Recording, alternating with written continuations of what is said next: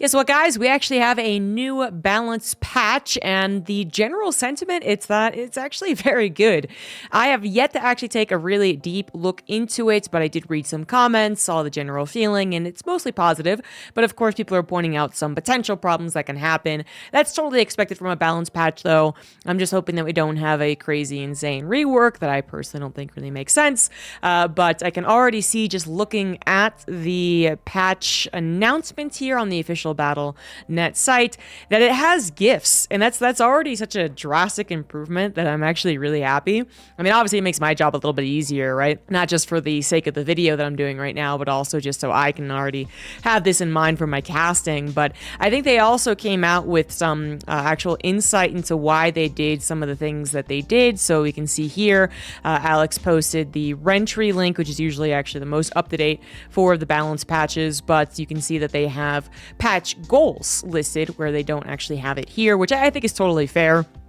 It does get way more specific and way more into the hardcore people when they start talking about patch goals and whatnot. For this stuff and just being like, here it is, you know, and here's some gifts, that for the casual audience makes total sense. So I'm already really happy. I will go ahead and read the patch goals and then flip back to the gifts. I think it's the best way to do it, but these things usually also have more anecdotes as to why they do these things too. So maybe flipping back and forth basically. But the patch goals this time around: improve the state of Protoss versus Terran at the professional level by changing Terran units, address the community's concerns about the most oppressive openings like cyclones and wood mines, improvement quality of life, and small changes proposed by the map-making community to give more freedom, which I think is excellent. People definitely talk a lot about the maps.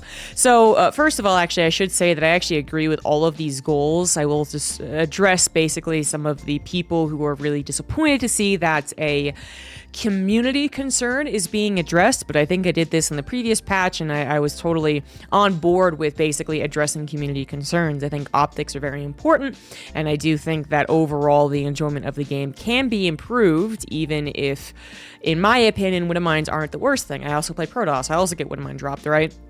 And I'm not really one to complain about them. Obviously, you go anywhere near any of the communities in StarCraft, we can all agree people are frustrated by them. And I think it's actually very important to change that. First thing that comes to mind in that kind of space is, you know, when Brutal Infestor was a thing, and the actual win rate of PvZ wasn't all that bad, but the design of the wins were terrible. It was either the 2-base Immortal Sentry all-in one for the Protoss, or the Mothership Vortex, and then Brutal Infestor one for the Zerg. So not particularly entertaining. But just to get it right off the bat, and then now let's actually go into the balance updates. So we got some general ones first of all, and you've probably been watching this the entire time I've been talking, but you can see that workers apparently remembered how to mineral walk, which is actually very interesting. So they wouldn't be able to do that through some of the mineral blockers, which, I mean, that seems to be what this shows, although it doesn't actually say that, which is interesting. I guess maybe these are just like really small ones. So I don't know if like that actually means a mineral block no longer requires a drone or an SCV to mine it before being able to escape on all mineral blocks, but that kind of seems like what it is. Otherwise, we have attack range increased, which I am very curious as to why they did that, which apparently isn't the first thing they talk about here. Here we go. The generals at the bottom on the Rentry. Reduce the frequency of workers losing their targets when attacking SCVs. Oh. That's why? I actually really don't like that then. I wanted to see what the reason was, but I don't think that's a good reason. And this is allow map makers to create worker only paths, which I do think is kind of cool. But so this basically, if I'm reading this right, means that you can no longer have the probe derp out and stop attacking the SCV, because that happens a lot. I know Protoss players particularly will be aware of that, and I'm aware of it too. But even though I call myself a Terran main, I really am 50-50 Terran and Protoss. And so from the Protoss perspective, obviously it's like, you know, it's like, yay, but actually I feel like it's a decent trade-off for the less amount of attention and actual literal resources that are given to the probe harassment versus the attention and resources given to the SCV defense. So what I mean by that is that because probes automatically build things, they don't spend time building it, they don't sacrifice themselves like drones either. That's one of the biggest reasons why they are consistently the probe harassers, the dickbags, right? Is because they can do that.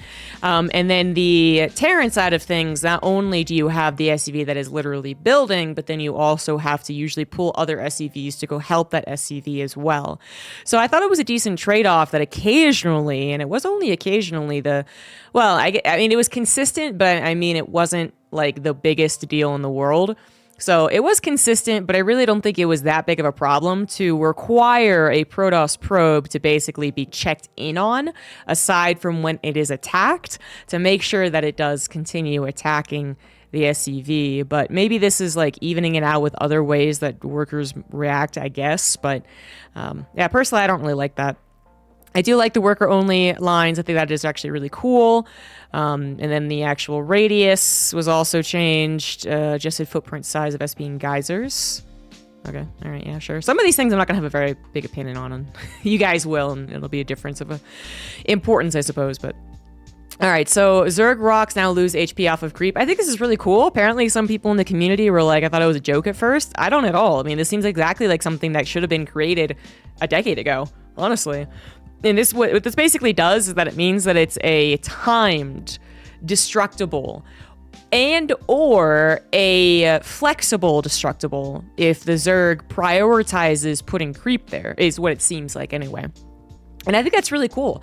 So either you have a new map, let's say, you know, dramatically, it's a new map because the terrain gets opened up for you at a certain time, or it is a map in which Zergs have a separate goal of their creep spread, which could actually be even more important to spread creep to affect this and keep the wall up than, for instance, you know, going to a second or third attack path. I mean, I think that's just cool. Mineral fields now 500 HP. I'm glad to write some comments before I actually got into this, because I think maybe the biggest thing that I wouldn't have thought of, but someone did, is that, well, do nukes now kill minerals? Maybe that's not the best thing, because nukes killing minerals in late game scenarios, which is pretty much only when nukes appear, is really going to change the dynamic of late game, and I don't think in favor of like, I don't think it's a good thing, you know? I don't think it's going to make it more enjoyable personally, but I don't know, maybe it'll only be able to be killed by collapsible rock towers.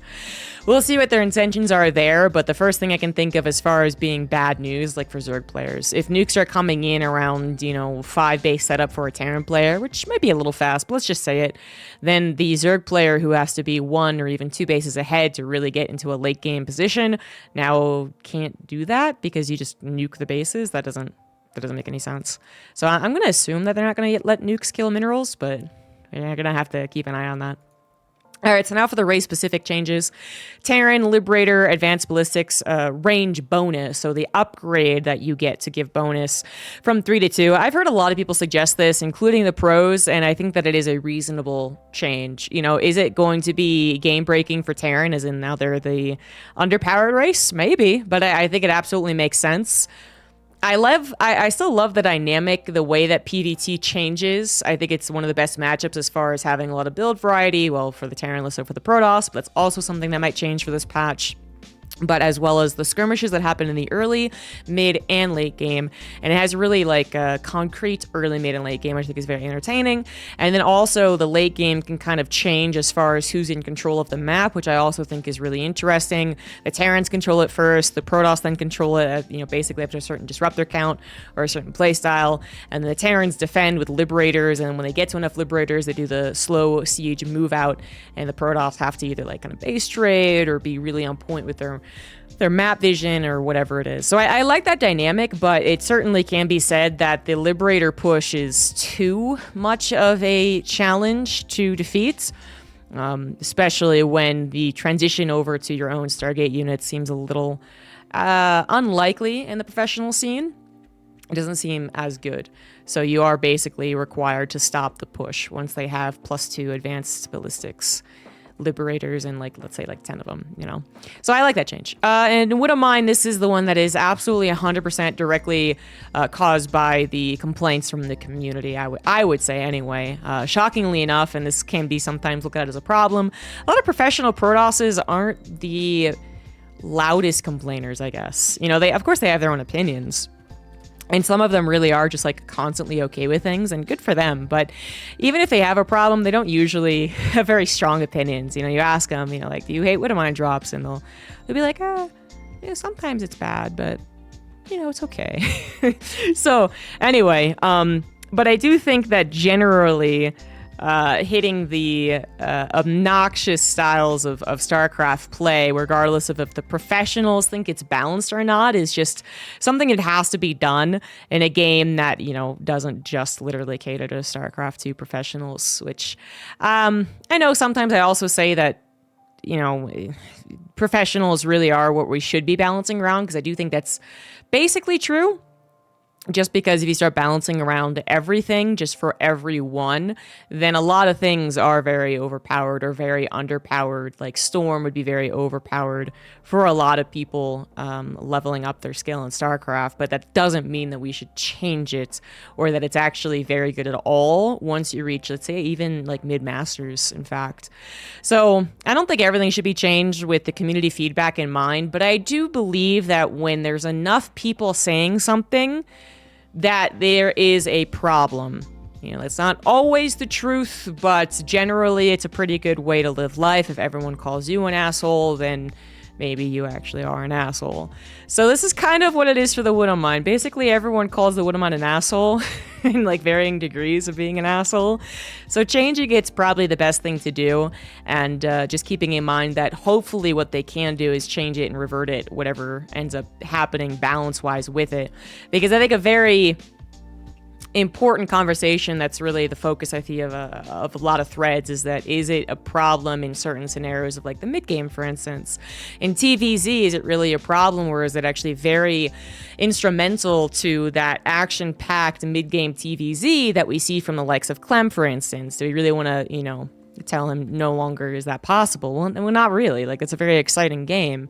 Or charge lots. Do Widowmines now get worse against charge lots? And then charge lots, which aren't a very dynamic unit, end up being really powerful and overused, but they're not particularly entertaining. So obviously there's a lot of complications, but generally I think this has gone past the point of just a minor complaint from a loud vocal minority, and is generally agreed it has to be changed. So big preface to the actual changes. Invisibility now requires the Drilling Claws upgrade instead of the Armory, which I believe was the thing in the past, so that's kind of even reverting. Splash damage is reduced, which, this is why I brought up Charge Lot specifically, especially because we have the GIF displaying that, but the Charge Lot answer is Widowmines, up until a certain point, I suppose. But then, if you get rid of them, Charge Lots end up being a little stronger. Maybe that gives the gateway units more strength in the early and mid-game, which people are actually kind of in favor of, but then does it give it too much power, and does it make the least interesting unit, in my opinion, the most powerful part of it, which is the Charge Lot?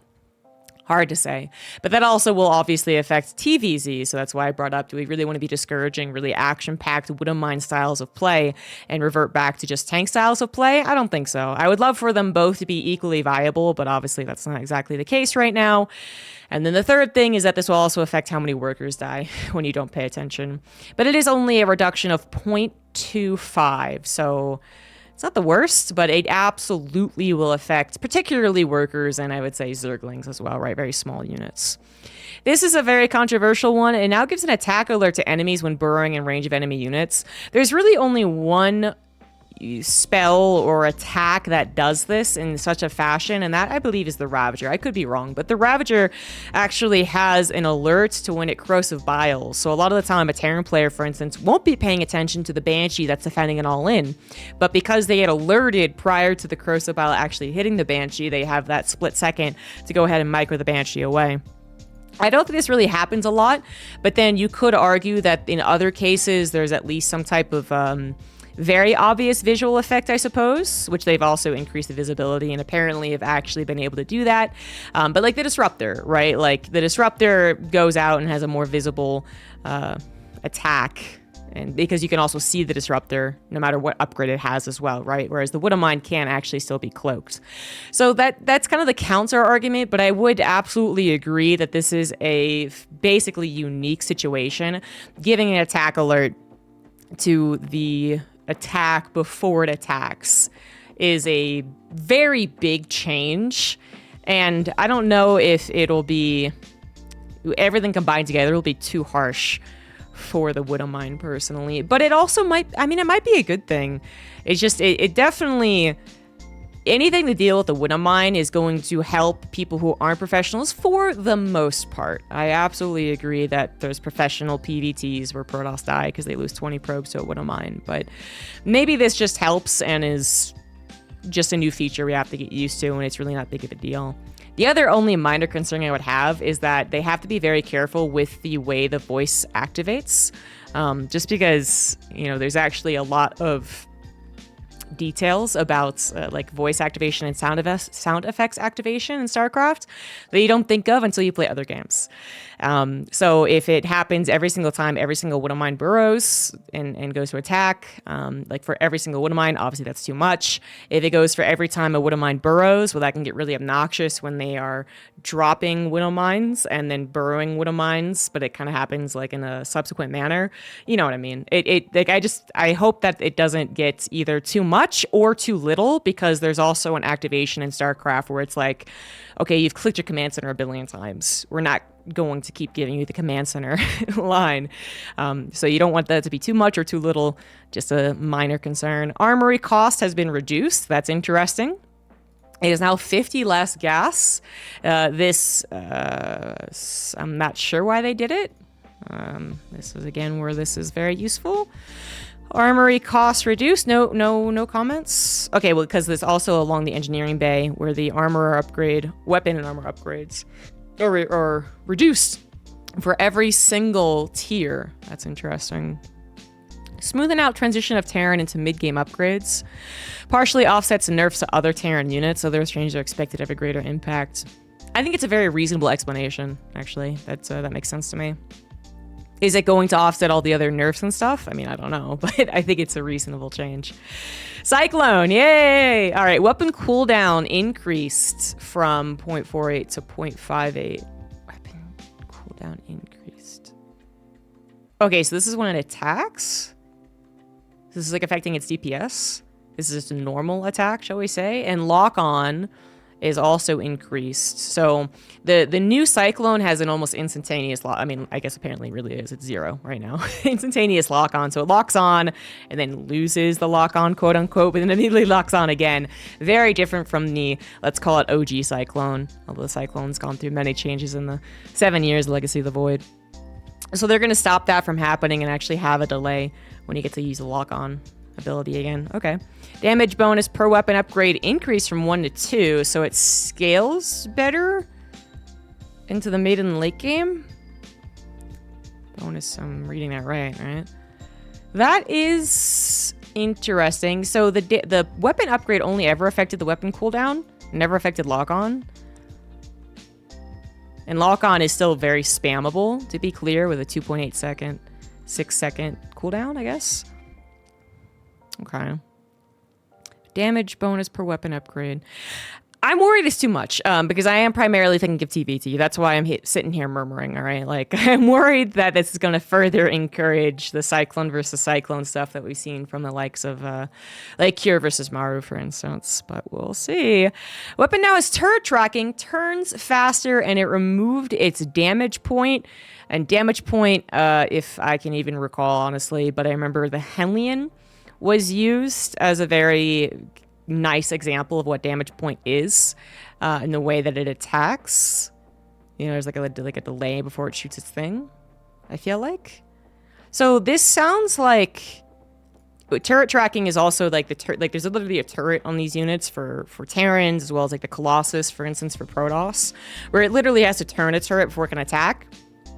And so the tank, I think is much more visible in Brood War, but if you don't play Brood War, you don't know what I'm talking about. But the tank turret will turn when it's like trying to run away and quote-unquote stutter step against a Dragoon, for instance. And some units, and I think the Cyclone must have been one of them, didn't really track with its turret. It like turned, attack, turned back, went, oh shit, I'm still being attacked, turned back, attacked, I think.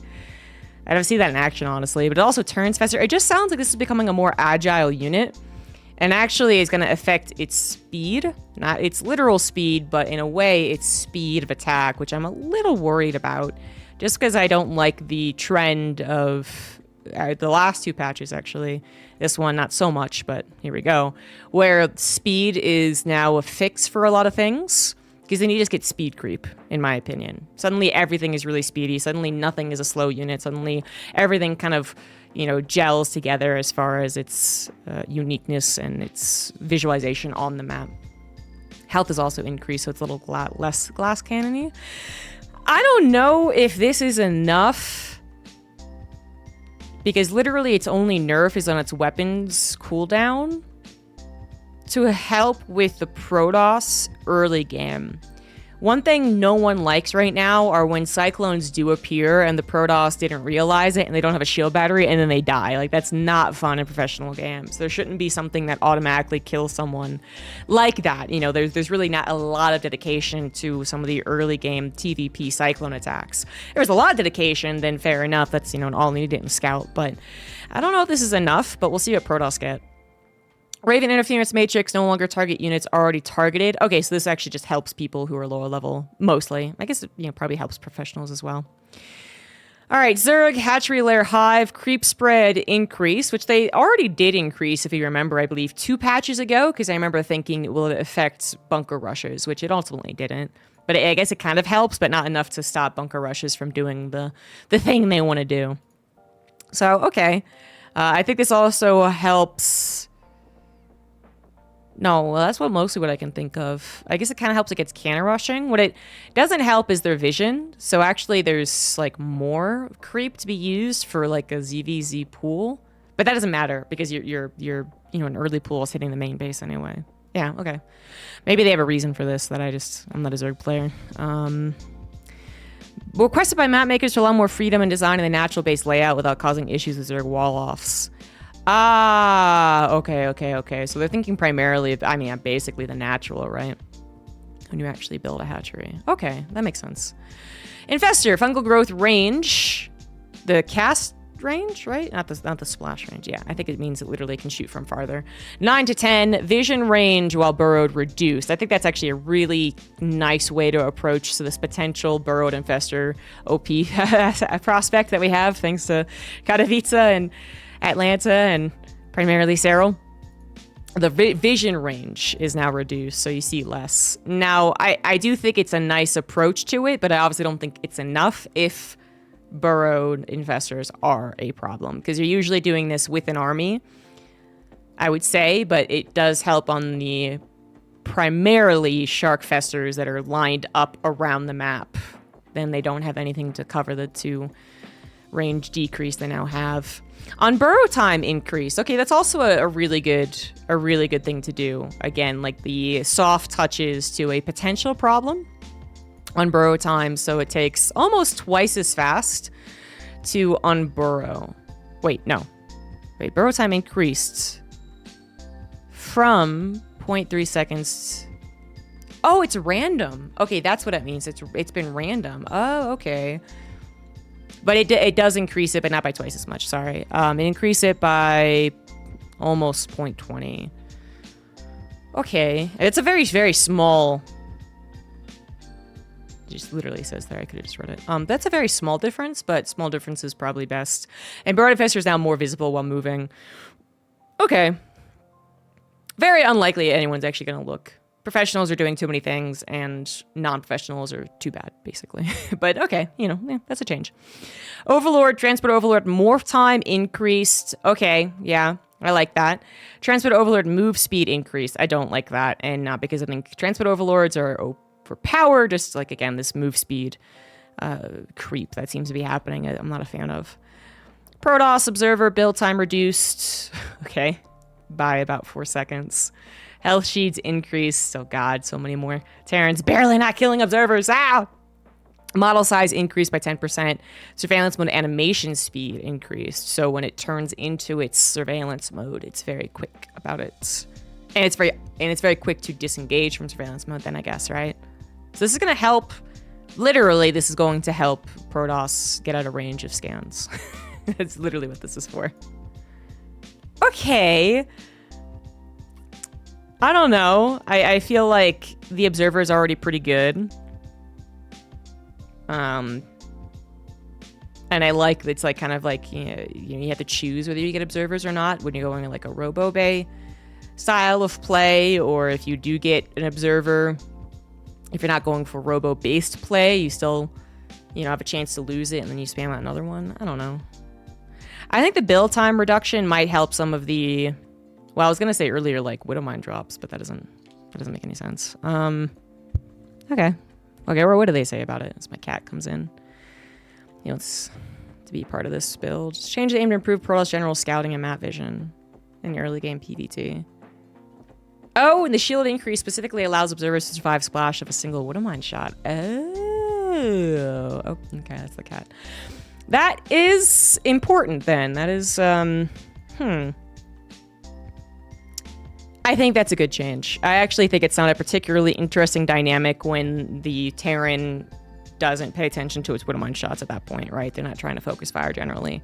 And then just happen to get the observer, and the Protoss is like, well, all right, then I guess I'm screwed. I don't think that's particularly entertaining. So I actually like that change. Sentry, its damage increased. Okay, why? Targeted at Protoss versus Protoss, stabilize early game, encourage sentry openings, increase their damage output. Okay, because the light attribute tag has also been removed, which I don't know if that'll affect anything else, honestly. I'm not even going to try and think about it. But obviously it helps versus Adepts and Oracles. So, yeah, I like that. Hoping to make the PvP matchup a little more likely to go macro rather than just one all-ins, which I think all-ins are still going to be absolutely fine, to be clear. But then I think more importantly for the early Adept stuff to actually do game-ending damage, or the early Oracle stuff to do almost game-ending damage. Obviously, the Oracle being unseen still kills all the probes, and that sucks. But now it's like, if it's seen, but then it catches the Oracle out of position, it no longer gets to kill it, which then takes away the hallucination. Like, okay. I like it. And Pylon sight range is increased as well. No reason for that. I guess that also helps general scouting, actually, because they always put pylons down on common drop paths as scouts. I feel like Fear Dragon's going to try and abuse this with can rushing somehow, but I'm not sure how. But okay, yeah. No comments on that, honestly. And then that's it, actually, for the race-specific changes. And then bug fixes quality of life. Quick check to see if there's anything important. Siege Tank now tracks previously attacked unit. It sounds like a quality of life update, not a bug fix. Okay. So yeah, that's okay. So it doesn't even do it in StarCraft 2. That's why I had to actually talk about the Brood War one. All right, yeah. There you go. Animation would not play. I have seen that bug. I actually have seen that. I have seen the KD8 charge animation bug. I have never looked at the tooltip. They got the Vaneling additional damage on ramps thing that people were talking about just last week. Activating generate creep and overlords now activates for all. Oh, I didn't realize that was a problem. Subgroup priority increased, has higher priority than Ravager. Seems like a quality of life for sure. Mortals are not fire while surrounded. Yeah, no, that's I would say is a pretty big issue that we don't really focus on, because Immortals have such a, I wouldn't say like necessarily unique place, but Immortals are the anti-big unit. So when they're surrounded by Zerglings or Force Field, we're just like, oh, they suck anyway. But it is kind of sucky they don't even shoot. They just like derp. They're just like, I don't know what to do anymore. Immortal turret now tracks as well. Tooltip fix. No longer includes units already being recalled. Recalls. Oh, cancel. Yeah, there were some funny bugs with the recall adept traits and stuff. Feedback could be targeted on units without energy, sorry. Not anymore. To attacks targeting flying buildings. If Terran lived with their buildings, then Tempest wouldn't do extra damage. Oh, I didn't know Guardian Shield sometimes would not affect different cliff levels. Oh, of units. Okay, all right then. I didn't know this either. Vespene Geysers sometimes wouldn't update visually. Rock appearance and healing shrines, which that has yet to be seen in any of the maps, but they did talk about healing shrines and different map creations previously, so that's pretty cool. I would say I like almost everything about this. I think there's things to be concerned about, of course, but there's really nothing that I'm just like, oh my, why did they do this? Absolutely less dramatic than my last patch video. And we do have a map pool update. You can see that 3 maps are staying from this map pool: Golden Aura, Sight Delta, and Oceanborn. But then all the rest of the maps... Oh, and Alcyone. But then all the rest of the maps are actually new, and they are sticking with the increased map pool size as well. I think some of these maps do actually include some of the... That didn't work out as far as Google did it. I think some of these maps do include some of the really interesting things. So post-youth, because there was a dash in the middle. All right, well, I'm not going to spend too much time. We'll see him when we see him, but I was hoping that I could see... Mineral walls and hybrid expansions. It sounds interesting, but the image won't load, so okay then. I just won't be able to find anything, I guess. Here, this loaded, actually. Crimson Court. It doesn't say that it has any. Features semi-island configuration, blocked off by stacked destructible rocks and mineral walls. Okay, so this is actually kind of basic for what we expect nowadays. Dynasty. Nope, not gonna appear. And Ghost River. Not gonna appear. Great, alright. Yeah, anyway. I think some of these actually might include a healing tower or the Zerg destructible rocks and stuff like that, but I actually don't know. I might do another video just for the maps. That would make the most sense.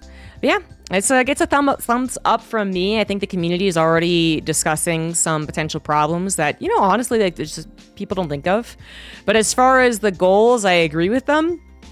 As far as the approaches to changing some of these goals, I agree with them. I would like to see speed just stop being touched in general for a while, honestly. Just a whole blanket, no longer touching speed increase, but probably won't ever get that. And I'm looking forward to what this actually does for StarCraft 2, especially for some of the map changes alongside these. It's going to be interesting. Glad to see that it also released, and will be in time, obviously, as we don't have another StarCraft 2 tournament for a while, but it'll be in time for Dallas and the Global Finals. Great.